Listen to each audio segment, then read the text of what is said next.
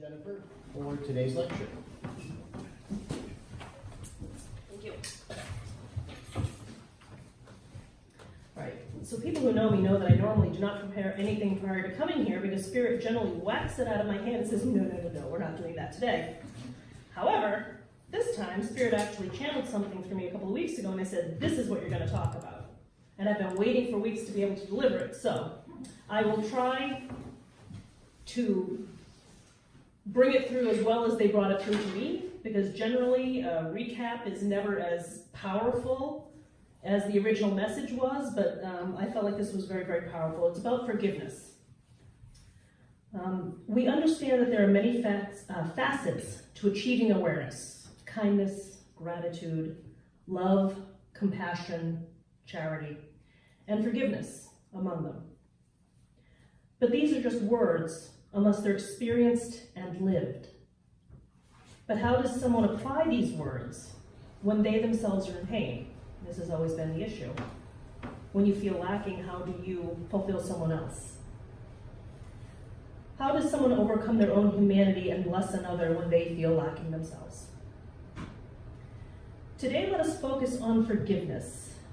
Forgiveness is defined by Google, almighty Google, as to stop feeling angry or resentful towards someone for an offense, flaw, or mistake.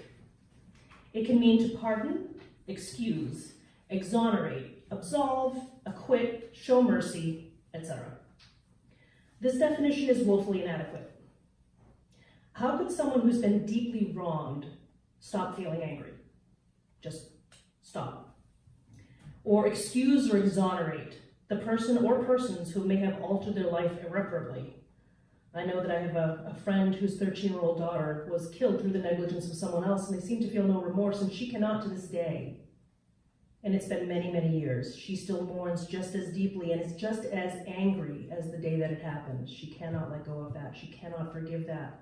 And understandably so, a 13-year-old child died.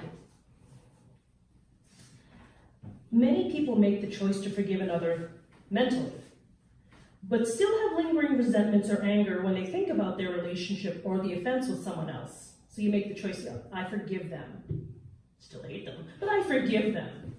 Piece of crap, what he did, but I forgive him. And they do this mental exercise where what you say in your head doesn't match what you feel in your heart. But it's the first step. It becomes almost impossible to reconcile the heart and the head, and we're left with feelings of guilt or disappointment because we cannot or will not let go of the pain for which we were not responsible. And very often this is a situation where you feel someone else has wronged you. You are not in the wrong, so why should you be the one to have to give up something? You weren't wrong. It feels so unfair. It feels as if we are doubly punished, that we should have to forgive someone who was in the wrong to begin with. Sometimes we think that if the offender was punished in some way, see, the shared pain that they caused it would help to make it able to forgive them for something because they're suffering too. Well, he went to prison, so maybe I can forgive him. He's doing his time now. That sort of a thing. Then you'd feel vindicated. But even when this does happen, even when the other person does suffer some karmic effect from their actions, we still find ourselves holding on to the pain of our own wound, even if we're not holding on to the anger of their misdeed. Their wound does not take our wound away. I feel that this definition of forgiveness is inadequate because it looks only at our earthly experience where the offense happens. While we are incarnate here in our human meat suit bodies, we are souls merged with ego and human form. Our energy is confined in a dense physical body, and our understanding of our soul origin is very, very dim. We cannot see that an offense by another to our human body, our human, is not an offense against our soul. And how could we? We are feeling pain, we're hurting, we're being human, that's what we do. I will share with you the wisdom I gained during a reading. And during this reading, an abuser came through who had passed.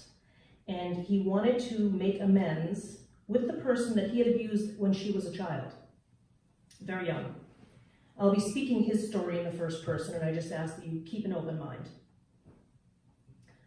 First, I ask your permission to speak with you today.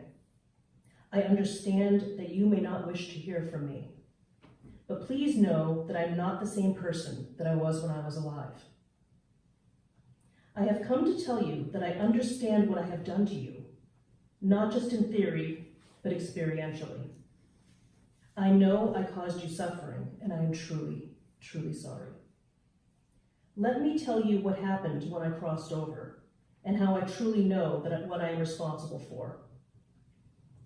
When I crossed over and my soul left the confines of my body, I felt free, no longer weighed down by the density, the thoughts, the obligations of mankind. However, I noticed that my vision was so much clearer, as if I'd been wearing a visor over my eyes the whole of my life and seeing what I thought was correct, what I thought was okay, what I could justify. Without that visor to color my vision, the truth sat in front of me like a mirror that I could not look away from. I saw what I had done. What I had told myself was not my fault. What I justified. It was horrific. I saw your pain, your suffering. I felt it as my own. And I understand that I had chosen to do this over and over again. I felt your suffering and my own for what felt like an eternity. I'm coming here because I cannot take back what I have done in the past. I cannot go back and change the decisions that I made. The best I can do now is try to make as much right by you as I can from the other side, if you will let me. I'm not here for me. I'm here for you. I ask you to forgive, not to condone my behavior or make light of your suffering and pain, but rather to release you from it. It does not release me from my responsibility, it releases you. You see, by causing you pain, I took your power away. I built myself up on your suffering by making you little. I'm asking you to forgive, to take your power back, and allow you to move forward with your life without this suffering wearing you down. I am asking you to give the burden of the responsibility back to me. It was never supposed to be yours. I ask you to forgive, not to ease my guilt, but to free you from the sadness and your loss of innocence. By taking your power, I took your innocence with it. I made you understand that someone you love or trust can hurt you. There is always a little bit of sadness in your soul for that betrayal, and there's always a wall around your heart to keep anyone else from making you a victim again. That is my fault. While that distrust remains, you'll not allow yourself to feel love fully. I ask you to forgive so that you can breathe deeply. Let go of the sadness and open your heart to all of the joy in the world that is there for you, for all of your life that remains. I ask you to forgive, not to sweep the past under the rug as if it didn't happen, but to give you back your future. I stole from you by hurting you. I then continue to steal from you in absentia, as your mind remembered the pain and played it out over and over again. I am the reason why you either behave as I did because I taught you, or that you developed coping mechanisms to survive, which still haunt you. I am the reason why you behave as you do with your children, and they will respond with their children, and all of their families and their relationships. You see, I am responsible for the ripple caused by my decision and my action, and I'm trying to stop it before it goes any further. I ask you to forgive so that you can feel whole again, at peace, feel loved fully, feel joy, so that you can repair your relationship with others, even though I was not strong enough. I have seen what I have done to you and to others through the light of unconditional love and compassion. Please know that I grieve for what I have caused. My purpose for being here is you and only you. My only wish is that you could regain whatever I took from you, and that you can heal and move on to have the happiest life possible for the remainder of your days. I found that to be extraordinarily powerful in the wee hours of the morning as they came through, and I sat down to write it all down the next day, but of course you lose some of the the energy of it, but the sadness, the grief that this person was feeling as they were talking was so much a part of me. My heart wept. I felt absolutely full of grief as if it was my own story. And again, this is not about feeling sorry for an abuser. It really isn't. It's more about understanding that we are the little balls of light that return to the other side. And when we both get there, if you can imagine the person in your life right now that causes you the most pain, that you either hate, you can't stand, that has wronged you so thoroughly, that you are so angry at, or if you don't have someone like that, then God bless you, maybe just someone who's your greatest challenge. And imagine that at some point in the future, both of you will be on the other side as balls of light, looking at each other without all of this earthly stuff.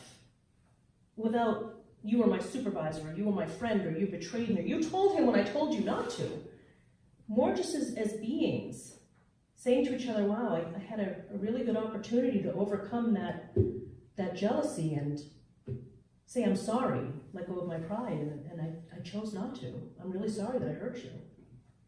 Or to understand that we had both written scripts into our lives saying that we would behave in this way on this earth to help teach each other lessons. Still doesn't mean that you feel good about it. Still doesn't mean that you enjoy hurting someone when you get to the other side and go, oh man, oh, that smarts. Because in the truth of it, we are all little balls of light that come from the divine. We are all souls, we are all spirits that are part, droplets of water from the great ocean. We're all connected, we're all related. How could anyone hurting you ever be something that they really just didn't care about? Once they pass to the other side and all you know is unconditional love and acceptance, you see everything that you've done, no matter what the reason, whether you were fully justified or not, you understand how deeply someone else is hurt by those behaviors, by those thoughts, by those actions, intolerance, jealousy, rage, any of those, anger, abuse, any of those things that come out.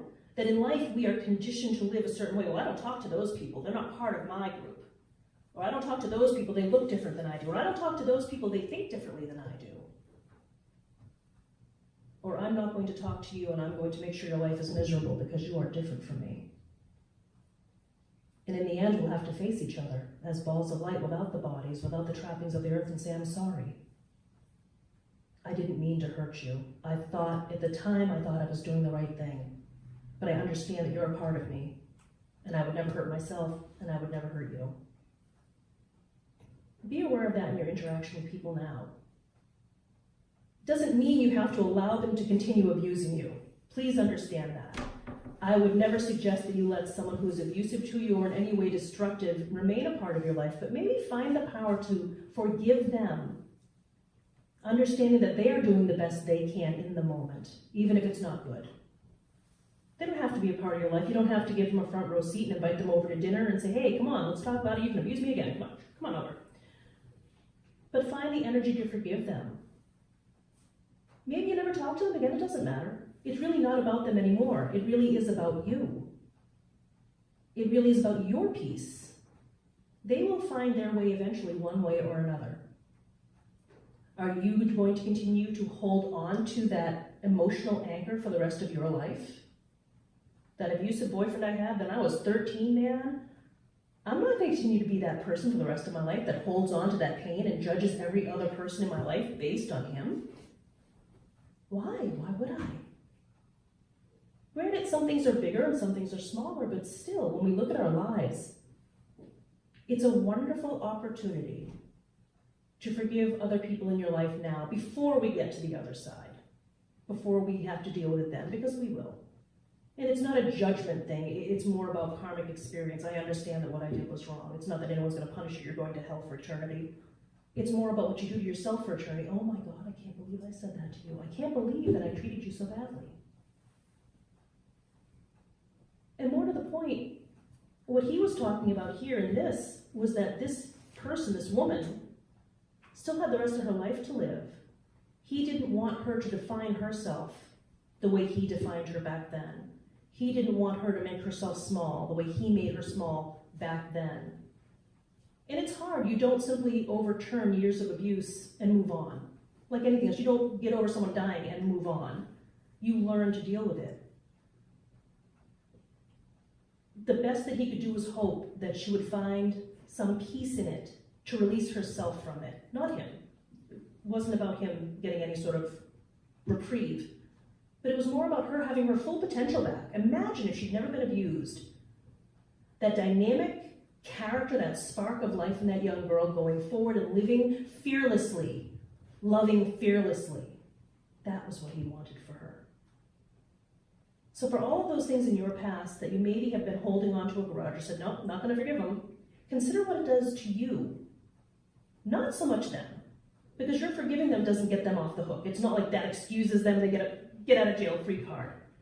It gives you back all that potential to live the life that you could to the best of your ability, to be open to the joy and the love that is out there for you, because there is. These grudges that we hold, these angers, these fears, any of that, such a negative, heavy, dense vibration, and it sits in our gut like an anchor.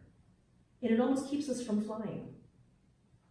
As we can release those in forgiving others, we are free to fly and to really be who we are. It's worth looking at. It's worth considering. I'll leave you with that. Thank you.